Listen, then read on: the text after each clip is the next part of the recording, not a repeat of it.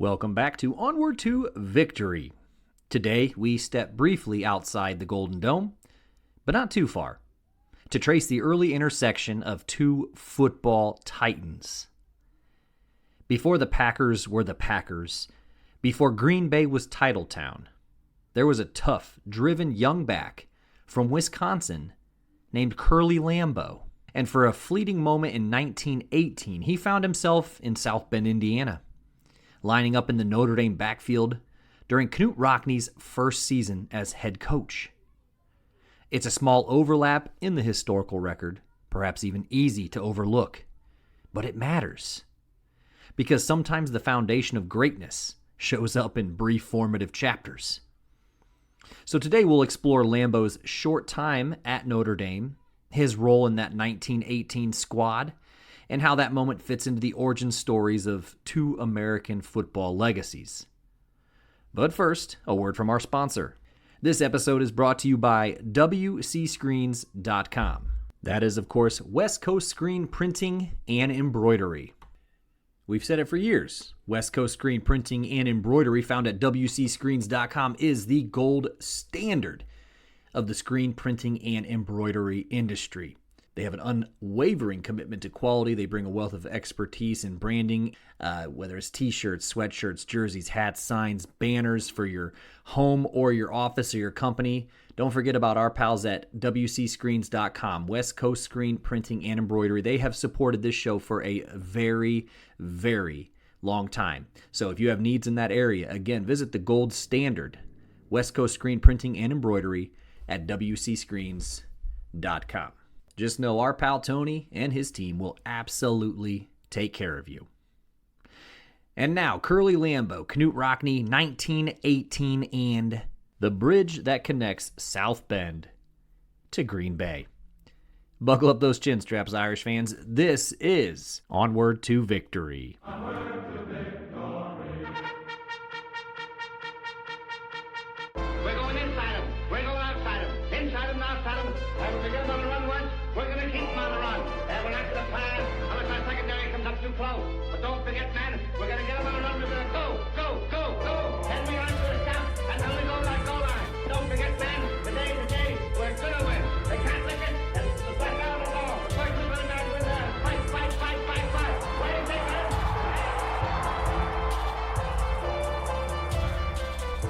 Hello, Irish fans, and welcome to Onward to Victory, a Notre Dame football podcast. Or perhaps welcome back is more apt. My name is Alex Painter, and I am your host. So happy to be back on the airwaves here after about a 5-month sabbatical. Hope you can forgive me for that one. Had a very rewarding 2025, and if you haven't listened to Rockne, The Legend Lives On, which was a 9-part miniseries about legendary Notre Dame coach Knute Rockne, then make sure you go back and you do that. That took up a big chunk of 2025. It was an exhaustive process, highly rewarding, and kind of spurred me into just kind of stepping back and taking a little bit of a breath, getting a refresh, and now, hey, it is now February 2026, and the time is nigh. Let's talk some Notre Dame football. But first, hey, let's manage some expectations here of the podcast for at least the next couple months. So there's a project I've been working on that I think really leans into the mission of this podcast and this show, and that is I am going to be tackling all decades teams from Notre Dame, for Notre Dame football, from the onset of the program in 1887, 1888, all the way through the present, with the goal being finding the top 5-7 players or so from each decade, and we probably will lump some decades together just to make it a little bit more compelling, again, to shine perhaps a light and maybe create a little bit of a comprehensive list of the greatest of all Notre Dame football players. I know if we think through the past 40, 50 years, even 60 years or so, a lot of those players will be household names, but I'm really eager to dig into those early eras of Notre Dame football, shine a light on some of those guys who have been either underdocumented or perhaps even long forgotten. and had a really good start on especially those 1880s and 1890s teams, and actually was in the midst of writing that episode when then all of a sudden, I don't know what happened, but the wheel ended up jerking to the left, if you will, and decided to do this episode on Curly Lambeau and the Notre Dame connection to Green Bay, Wisconsin, particularly through the lens of this particular player. This player entered the lore of Notre Dame football just right at one of the most interesting periods of its first 40 to 50 years, and really excited to go into that. And also, this thing is pretty timely too, because the Shamrock series, which we'll talk about here in a moment, the Shamrock series is being hosted in Green Bay, Wisconsin in 2026. They, being the Fighting Irish, your Notre Dame Fighting Irish, are going to play a Shamrock series game at the venerable Lambeau Field in Green Bay. So let's talk about that connection. I'd love to talk about the 2025 season, but being that it's February 2026, that thing's already been kind of beaten to death, and frankly, I couldn't say anything new about the 2025 season. Already, though, looking forward to 2026. So let's talk about Curly Lambeau, Notre Dame, Knute Rockne, and the Green Bay, Wisconsin connection right after this.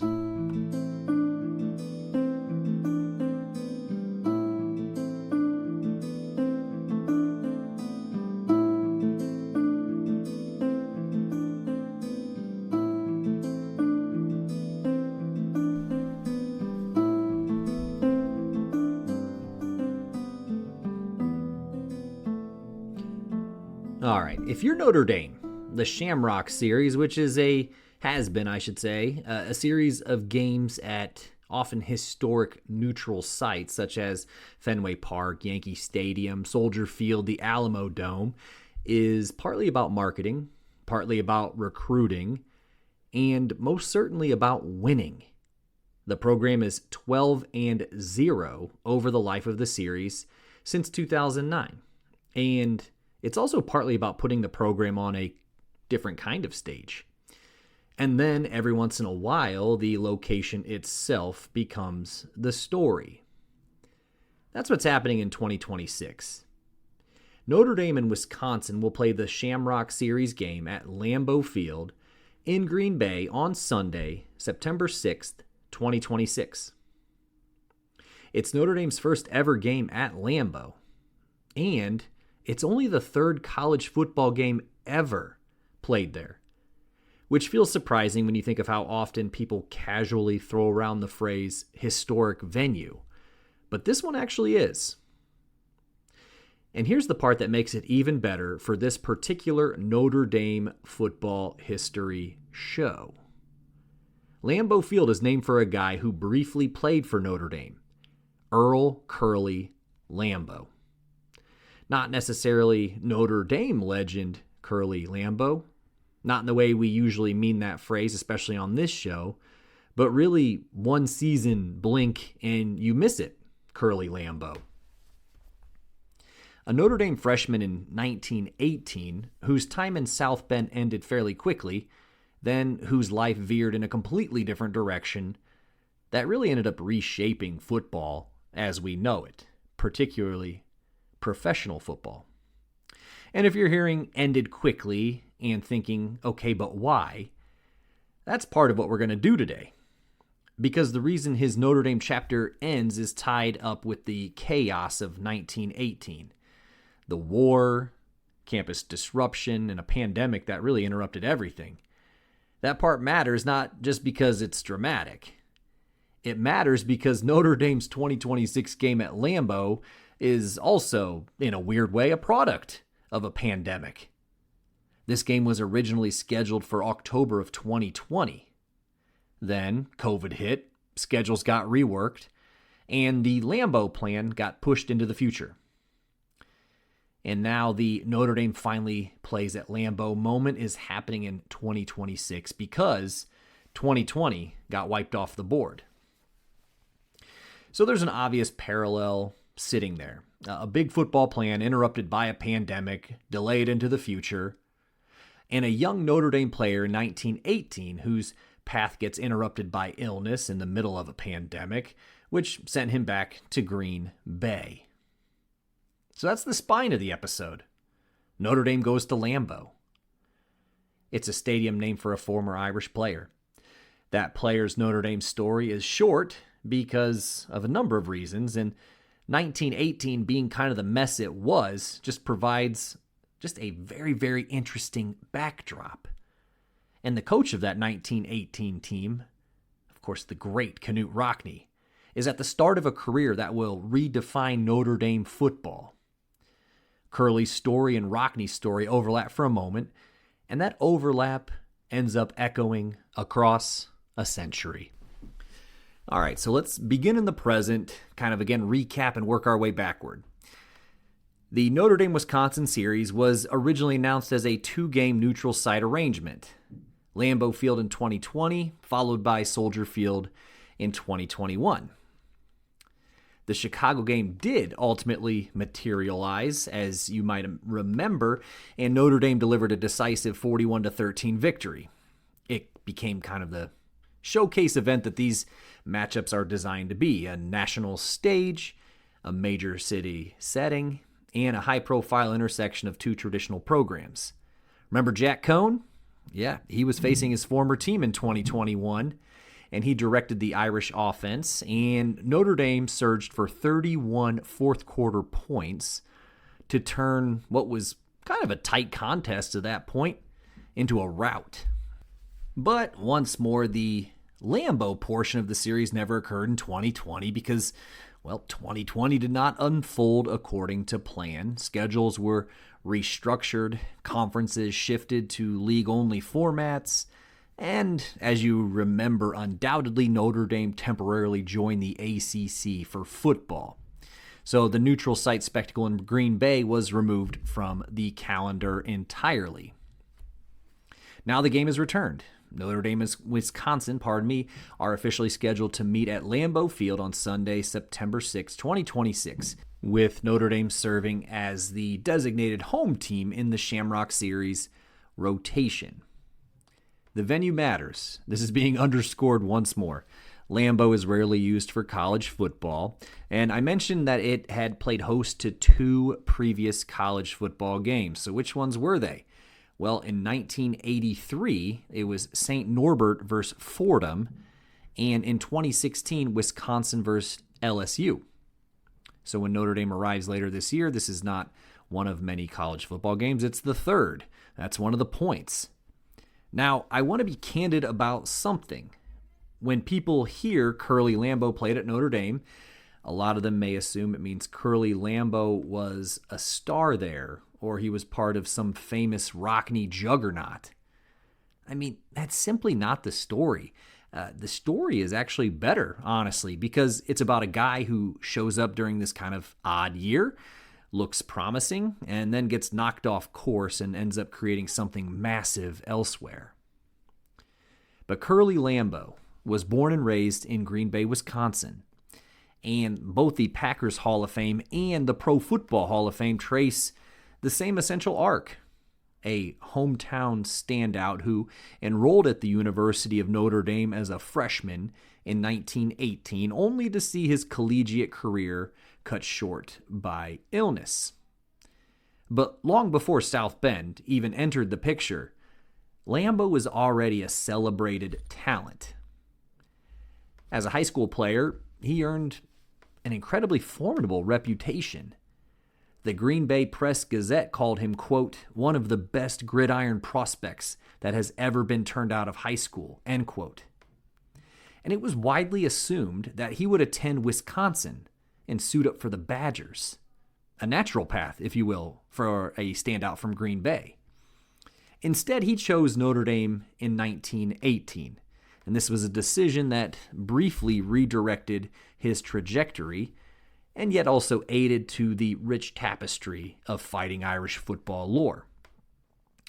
So what followed is a little bit more clearly documented. After Lambeau left Notre Dame, he returned home and took a job at the Indian Packing Company. His passion for football remained intact, And in 1919, alongside a gentleman named George Calhoun, he helped organize a local team. Lambeau at the time was just 21 years old, and that team would soon become the Green Bay Packers. In the franchise's formative years, Lambeau was everything to them. He was a player, he was a coach, he was an organizer, he recruited the roster, he was the central force ensuring the team's survival and growth.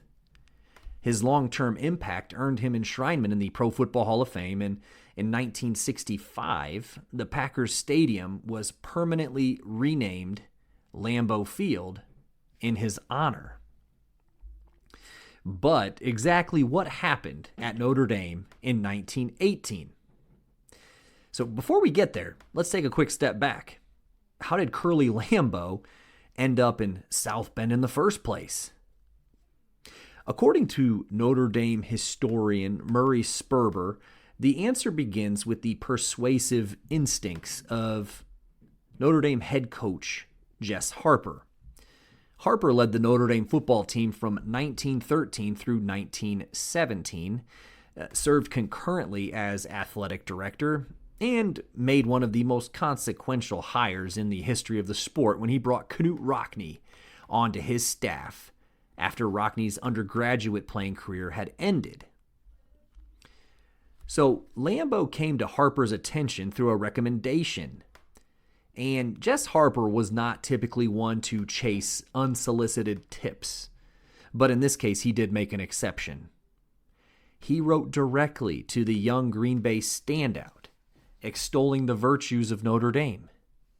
In one letter, Harper emphasized what he described as the school's, let's call it, uniquely egalitarian character. He wrote, quote, "Without a doubt, we have the most democratic student body you can find.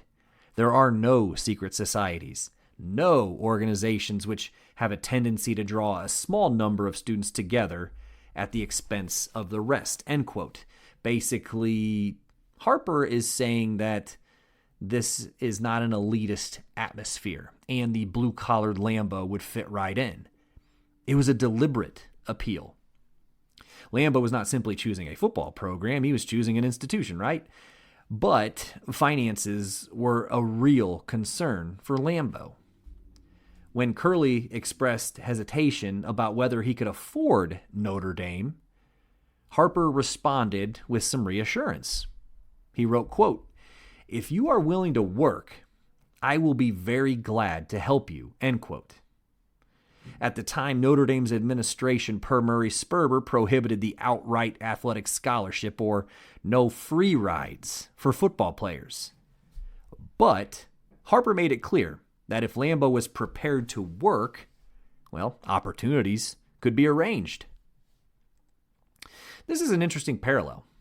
Knute Rockne himself had navigated college with similar financial pressures. The ability to work while studying to make ends meet actually played a major factor in his college decision-making. Notre Dame in that era did not simply recruit players, it often recruited young men who were willing to labor a little bit for their opportunity. By the time Lambeau, though, had arrived on Notre Dame's campus in 1918, Harper had actually stepped down. His protege, Knute Rockne, though, had assumed control of the program. And that's maybe where we have to slow down a bit, because to understand Curly Lambeau's brief Notre Dame chapter, you also kind of have to understand Rockne's first season and the world in which it unfolded.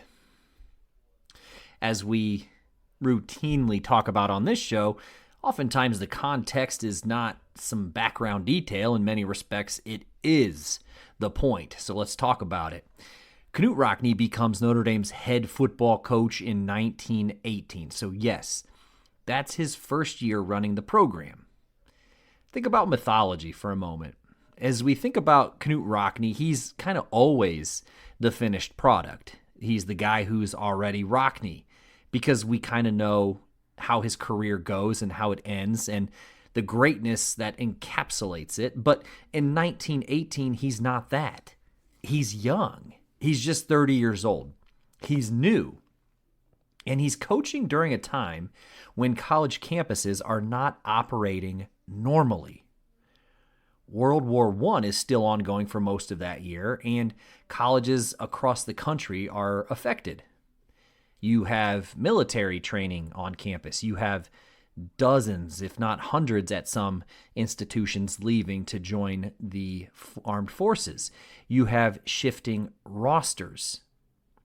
The season itself isn't running on the usual rails, if you will. But then the Spanish influenza pandemic hits hard in the fall of 1918, which basically disrupts gatherings and spreads through communities quickly. I mean, public gatherings are often just flat out banned in larger cities. That's something that Rockne encountered rather frequently his first season. So that's the environment. And I'm not going to over-dramatize it. It doesn't need embellishment. Because World War I had depleted rosters and disrupted campus life nationwide, many colleges relaxed traditional eligibility rules and allowed freshmen to compete at the varsity level. And y'all, this was a really big deal in 1918 because I know we think of a lot of, true freshmen coming right into the program and making a, deep impact, but freshmen, at least for football, weren't allowed to play at the varsity level until 1972. So think about that. This is 1918, and freshmen are being allowed to play at the varsity level for football. That's something that wouldn't be normalized for over 5 decades after. So sure, Curly Lambeau, according to some, might have been one of the best high school prospects ever, but he was also a necessity in a wartime Notre Dame lineup. So Curly arrived and got himself noticed pretty quickly. He played, he produced, he showed promise. The student newspaper's assessment reads almost cinematic in hindsight. The school newspaper, the Notre Dame Scholastic, said that the Green Bay native nicknamed Curly was projected to, quote, write his name large in football history, end quote. Who would have thought how correct that would be? But what makes this line compelling is not whether it was accurate, but how quickly Lambeau did indeed command attention. He did not look like a developmental player. He looked like a player worth building around. And he was still so young.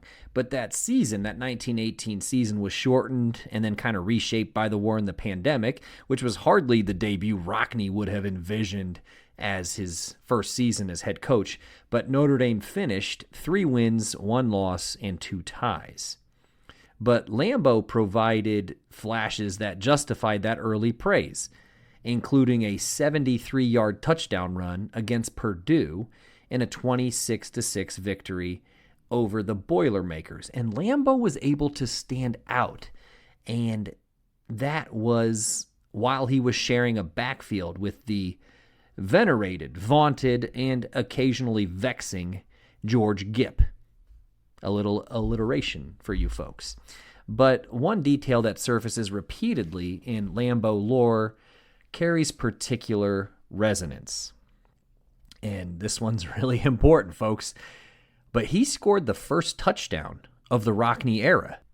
It was in the second quarter of a 26-6 win over Case School of Applied Science, now known as Case Western Reserve University. I actually had to go back into my notes, and it's true. Notre Dame won that season 26-6 over Purdue and 26-6 over Case, which I found very, very unusual, but I had to double verify that. But yeah, make sure I had that correctly. 26-6 win over Case School of Applied Science. So at that time, it was simply a touchdown.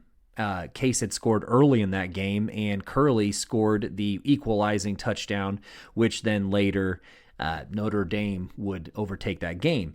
But that touchdown ultimately became something more. It was the first score of a coaching tenure that would define an era. And it belonged to a player who would not finish his college career at Notre Dame, but whose name would also one day grace one of the most iconic stadiums in American sports. So, as I'd like to say around here, that's one good bit to have in your pocket for trivia night at your local watering hole. But anyway, history works that way. Moments that kind of seem routine acquire meaning in retrospect. Rockne's first season, Rockne's first touchdown, and it's Curly. Which, by the way, I don't think we actually talked about why he was called Curly. As you might imagine, it was because he had this naturally curly head of hair. If you were to look at pictures of Lambeau, especially during his tenure at Notre Dame, that becomes very, very obvious. But Curly was a nickname that he acquired during his youth, and it actually, again, stuck with him as a player and as a Hall of Fame coach as well. So realize I might not have shared that, but there you go. But after the season, the Notre Dame Football Review, which was always performed by the Notre Dame Scholastic, which is the excellent Notre Dame student newspaper, it was quite unequivocal in its praise. And it wrote, quote, "To fill the shoes of such men as Ray Eichenlaub and Miller is no easy task." Those are two great Notre Dame running backs, by the way. But in Lambeau, Coach Rockne made no mistake. A line plunger of terrific power, he was also wonderful in off-tackle drives. With his 2 more years of opportunity, again, he should write his name large in football history, end quote. So just as a quick aside, too, some folks ask me sometimes, like, hey, I want to study Notre Dame football history. Where's the best place to start? The Annual Football Review is a fantastic place to start. It gives you player assessments, results, insight, perspective, and all that. But anyways, these 2 more years of opportunity, as the Football Review said, it was a fairly confident projection. So why didn't it happen at Notre Dame? It's pretty easy to settle on that illness as the sole explanation for Lambeau's departure, but the archives provide some more layers than that. So 50 years after his death, Curly Lambeau's student file at the University of Notre Dame was released to researchers. The documents themselves are pretty sparse. They confirm that he enrolled in the fall of 1918, withdrew in December of 1918, right after football was over, and received no grades for his 7 classes. They do not, however, provide a stated reason for his departure. So history and archives, kind of nerds for lack of a better term, kind of geek out over this kind of thing. But a January 6, 1919 letter from Lambeau to Knute Rockne offers some insight. Writing from Green Bay, he cited financial difficulty and asked whether he might secure work again if he returned. As we mentioned, money had been a concern even before he enrolled. Earlier correspondence with then head coach Jess Harper makes clear that Notre Dame would assist only if Lambeau was willing to work for his opportunity. But as has been well documented, health also appears to have been a factor. Lambeau later recalled struggling with tonsil trouble around Christmas 1918, and a February 1919 letter to his future wife mentions time spent in the infirmary and medical advice to have his tonsils removed. So the timeline suggests that he may have briefly returned after the holidays because that letter was postmarked February 1919 from Notre Dame, but he may have missed too much coursework to continue. So also, think about this one really quick. You hear tonsil trouble, and the year is 1918, 1919. Lest we forget that Curly's backfield mate and the first Notre Dame first-team All-American in George Gipp, that's actually how he met his sad and tragic end, was initially with tonsil trouble. So, at this time, there are no antibiotics, so tonsil trouble is not something that you mess around with. That was a serious thing. Other explanations for his departure have circulated over time. In 1919, a lot of veterans came back to school, which may have cost Curly his roster spot. He may have had academic difficulty, and also an impending marriage, but none of which are definitively documented in the school file. The record contains no hidden scandal, no dramatic revelation. They simply show that he left. The most responsible conclusion is indeed a measured one. Lambeau's Notre Dame career ended after the fall of 1918, not long after it started. And while later accounts commonly cite illness, the surviving records do not specify a single cause. It was likely an amalgamation of a few. But by the way, I have to give major props to Green Bay Packers historian Cliff Christie for some serious gumshoeing on this. Some really, really great work on investigating Curly's Notre Dame departure. But anyway, what is clear is what followed. This will be a little bit of review. By early 1919, Lambeau was back in Green Bay. He had recovered, thankfully, took a job at the Indian Packing Company, and sought a way to keep football alive locally. On August 11, 1919, he organized the team that would become the Green Bay Packers. And in doing so, he redirected a curtailed college career into one of the most consequential chapters in professional football history. In 1920, the National Football League founded, the National Football League, the modern form, if you will. But this is where we should talk about how much of a long shot this was. Because it is easy in an era when the NFL is a cultural behemoth to forget just how uncertain professional football was in the early 1920s. Franchises folded regularly. Financial stability was indeed elusive. Legitimacy was so far from guaranteed. Professional football was not yet the future of American sport. It was actually kind of a rough and tumble enterprise that was fighting for relevance. But into that uncertainty stepped Curly Lambeau. He was not merely a symbolic founder of the Packers, he kind of was the engine. Again, some of this we talked about earlier. He was the player, he was the coach, the organizer, the recruiter, and he kind of kept that team viable in a small market that, by conventional logic anyway, should not have survived. I guess think about it this way. The populations of Green Bay, Wisconsin and South Bend, Indiana are virtually identical. Green Bay features about 107,000 residents, and South Bend is approximately 104. I think about the city I grew up in, Fort Wayne, Indiana. It's more than twice the size of Green Bay. And again, that's Curly. He ensured the Packers' permanence in Green Bay and really made sure that that team remained viable and an institution in a city that, again, really has no business, at least from a population standpoint. Obviously it does. It's title town, but doesn't have much business hosting a National Football League team, again, based on the size of the city. But it is also worth noting that Lambeau remained a close friend and confidant of Knute Rockne throughout the years, even after he had left Notre Dame. And there was clearly no lingering hard feelings between coach and player. Rockne, in fact, benefited from Lambeau's eye for talent. At Curly's suggestion, Rockne took notice of another Green Bay prospect, Jim Crowley, who would become one of the famed Four Horsemen in 1924. And not for nothing, this relationship was symbiotic. Curly ran Rockne's Notre Dame box formation in Green Bay for years. So, when Notre Dame walks into Lambeau Field in 2026, it is not simply stepping into this iconic National Football League venue.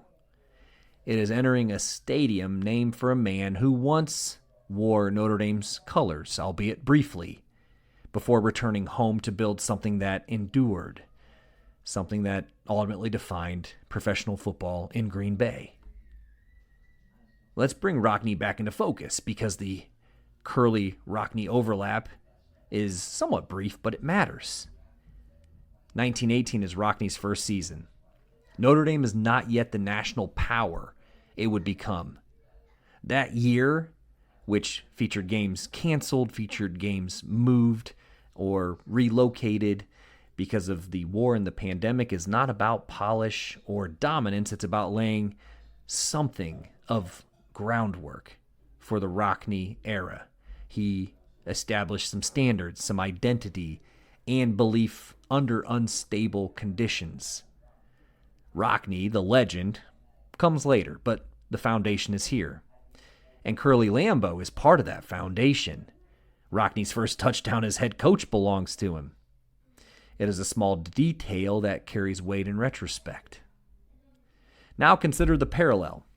The Shamrock Series game at Lambeau was scheduled for 2020. Again, a pandemic postponed it. Lambeau's time at Notre Dame unfolded during the pandemic year of 1918 and ended abruptly that December. In both cases, disruption altered the timeline. But the interruption did not end the story, it merely redirected it. So when Notre Dame takes the field at Lambeau, it is more than a novel venue. As hopefully stated and proved by this very episode, it is a convergence. It is a program stepping into a stadium named for a former player whose own college career was cut short, but whose name endures nonetheless. More than a century after scoring the first touchdown of the Rockne era, Curly Lambeau's alma mater finally plays beneath his name. It is not simply a game. It is a circle closing. Hey, I hope you enjoyed that, and I look forward to getting more content out there far more quickly than I have the last few months, but I do thank you for the grace, and I thank you for the patience. And again, that was 115, and I am going to sign off. This has been Onward to Victory, a Notre Dame football podcast. And in kindness, I am your host, Alex Painter. And as always, friends, go Irish.